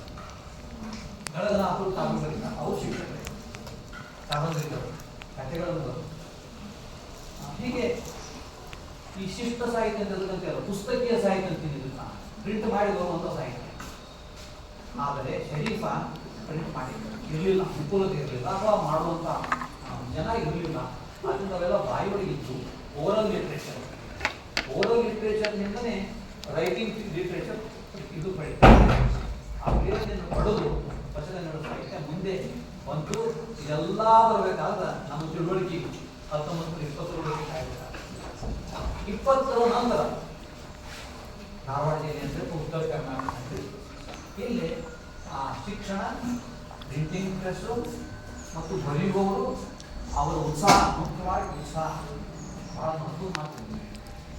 ಉತ್ಸಾಹಿಗಳು ನಿರಾಶೆಯಿಂದ, ಸಿನಿಕಿಸಮ್ಮಿಂದ ಅಥವಾ ನನಗೇನಾಗ್ತದೆ ಅನ್ನುವಂಥದ್ರಿಂದ ಅದೆಲ್ಲ ಒಂದು ಪಡೆ ಲೇಖಕರು, ಕವಿಗಳು, ಕರ್ನಾಟಕ ಏಕೀಕರಣ ಆಗ್ತದೆ. ಎಲ್ಲ ಒಂದಕ್ಕೊಂದೊಂದು ಸೇರ್ಕೊಂಡು ವಿಚಾರಗಳು, ಕೆಲಸಗಳು, ಕ್ರಿಯೇಟಿವಿಟಿ, ಸೃಜನಶೀಲತೆ, ಮುಖ್ಯವಾಗಿ ಜೀವನವನ್ನು ಪ್ರೀತಿ ಮಾಡಿ ಜೀವನವನ್ನು ಬೆಳೆಸಬೇಕು. ನಾವು ಜೀವಪರವಾದಂಥ ಒಂದು ಚಳವಳಿ ಅದು ಆಯಿತು. ಅಂತ ಚಳುವಳಿ ಒಳಗೆ ಬಹಳ ಮುಖ್ಯವಾದವರ ವಿಶ್ವನಾಥ್ ಶರೀಫರು. ಇವರ ಜೊತೆಗೆ ನಾವು ಮಂದಿರಿಗೇನೆ ಶಿಷ್ಟ ಸಾಹಿತ್ಯಗಳು ಬಂದವರು ಶಾಂತ ಕವಿ ಸಕ್ರಿ ಭಾಷೆ ಅವನು ಹೇಳೋದು. ಮಜಾ ಅಂದ್ರೆ ಇಬ್ಬರು ಗೆಳೆಯರಾಗಿ ಒಂದು ಪ್ರಸಂಗ ಬರ್ತದ. ಅಗಡಿಗೆ ಹೋಗಿದ್ರು ಯಾರು, ವಿಶ್ವನಾಥ್ ಅಗಡಿ, ಅದು ಶೇಷಾಚಾರ್ಯ ಒಂದು ಜಾಗ, ಒಳ್ಳೆ ಜಾಗ, ಆಧ್ಯಾತ್ಮಿಕ ಸಾಹಿತ್ಯ ಅವರು ಬರ್ತಾರೆ. ಅಲ್ಲೇ ಒಂದು ಅಂಗಡಿ ಒಳಗೆ ಒಬ್ಬ ಹೆಣ್ಮಗಳು ವ್ಯಾಪಾರ ಮಾಡ್ತಿದ್ದೆ. ಆಕೆನೆಲ್ಲರೂ ಕೀಳುದೃಷ್ಟಿ ನೋಡ್ತಿದ್ರು, ಹೆಣ್ಮಕ್ಳು ವ್ಯಾಪಾರ ಮಾಡ್ಕೊಂಡು ಎಲ್ಲ ಆಕೆ ಸೂಡಿದ್ದಾಳ ಅಂತ ಅನುಮಂದಿದ್ದು. ಒಳ್ಳೆ ಹೆಣ್ಮಗಳು. ಆ ಅಂಗಡಿ ಒಳಗೆ ಕೂತ್ಕೊಂಡು ನಮ್ಮ ಶಾಂತ ಕವಿಗಳು, ಕವಿನೂ ಹೌದು, ಹಾಡುಗಾರರು ಹೌದು. ಒಟ್ಟು ಪಾಡುಗಾರ ಬೇಂದ್ರೆ ಹೇಳ್ತಾರೆ ಒಂದು ಕಡೆ, ಅವ್ರು ಸತ್ತಾಗ 19 ತಿಳ್ಕೊಂಡಾಗ ಒಟ್ಟು ಪಾಡುಗಾರ ತೆರೆ ಮರೆಯಾದ ಬೇಂದ್ರೆ, ಹಾಡುಗಾರ ಹಾಡುಗಾರ ನಾಟಕ ಮಾಡ್ತಿದ್ರು, ನಾಟಕ ಶುರು ಮಾಡಿದ್ರು.